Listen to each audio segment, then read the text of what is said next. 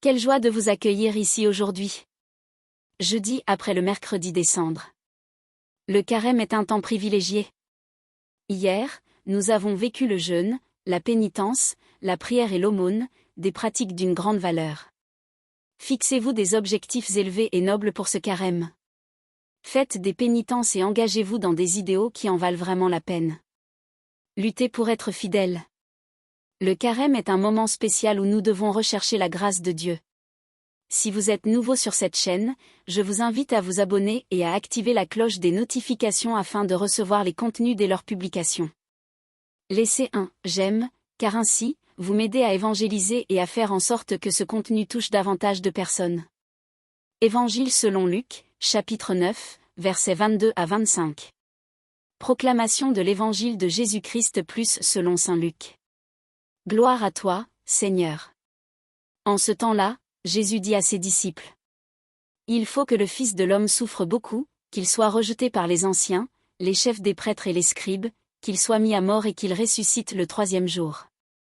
Puis Jésus déclara à tous. Si quelqu'un veut marcher à ma suite, qu'il renonce à lui-même, qu'il prenne sa croix chaque jour et qu'il me suive. Car celui qui veut sauver sa vie la perdra, mais celui qui perdra sa vie à cause de moi, celui-là la sauvera. Et quel avantage un homme aura-t-il à gagner le monde entier, s'il se perd ou se ruine lui-même? Acclamons la parole de Dieu. Gloire à toi, Seigneur. Nous sommes au début du carême, et cette parole nous donne une direction pour ce temps de conversion. Si quelqu'un veut me suivre, qu'il renonce à lui-même. C'est l'un des messages les plus forts de l'Évangile. Jésus, le Fils de l'homme, a beaucoup souffert, il a été rejeté, mis à mort et il est ressuscité.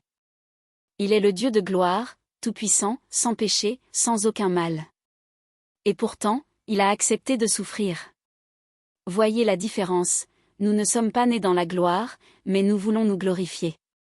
Nous cherchons un chemin de facilité, tandis que le Christ a choisi le chemin de la souffrance et de l'humiliation.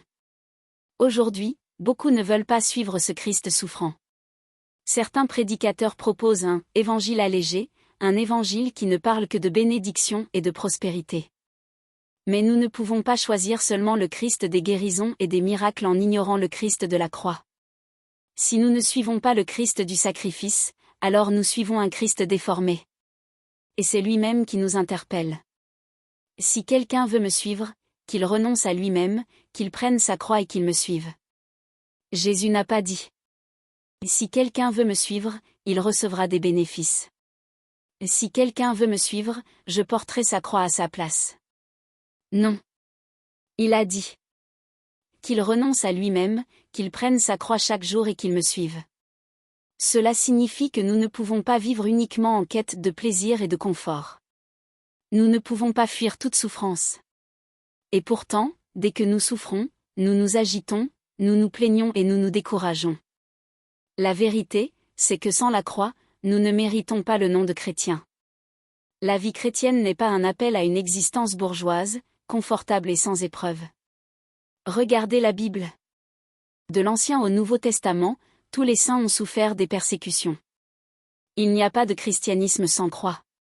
Si vous refusez la souffrance, si vous ne voulez pas porter la croix, alors vous ne méritez pas le nom de chrétien. Jésus nous appelle à embrasser la croix chaque jour. Pas seulement une fois par an, ni seulement lorsque cela nous arrange. Il nous avertit. Celui qui veut sauver sa vie la perdra, mais celui qui perdra sa vie à cause de moi la sauvera. Tout doit être vécu en vue de la vie éternelle. Saint Jean de la Croix disait. À cause de plaisirs passagers, il souffre de grands tourments éternels. C'est pourquoi nous ne sommes pas appelés à une vie de plaisir, mais à une vie de croix, à nous renier nous-mêmes pour accomplir la volonté de Dieu. Que le Seigneur nous accorde cette grâce et cette force. Au nom du Père, et du Fils, et du Saint-Esprit. Amen. Participez. Écrivez dans les commentaires ce que Dieu a mis dans votre cœur à travers cette réflexion. Votre témoignage peut aider d'autres personnes à être touchées par Dieu.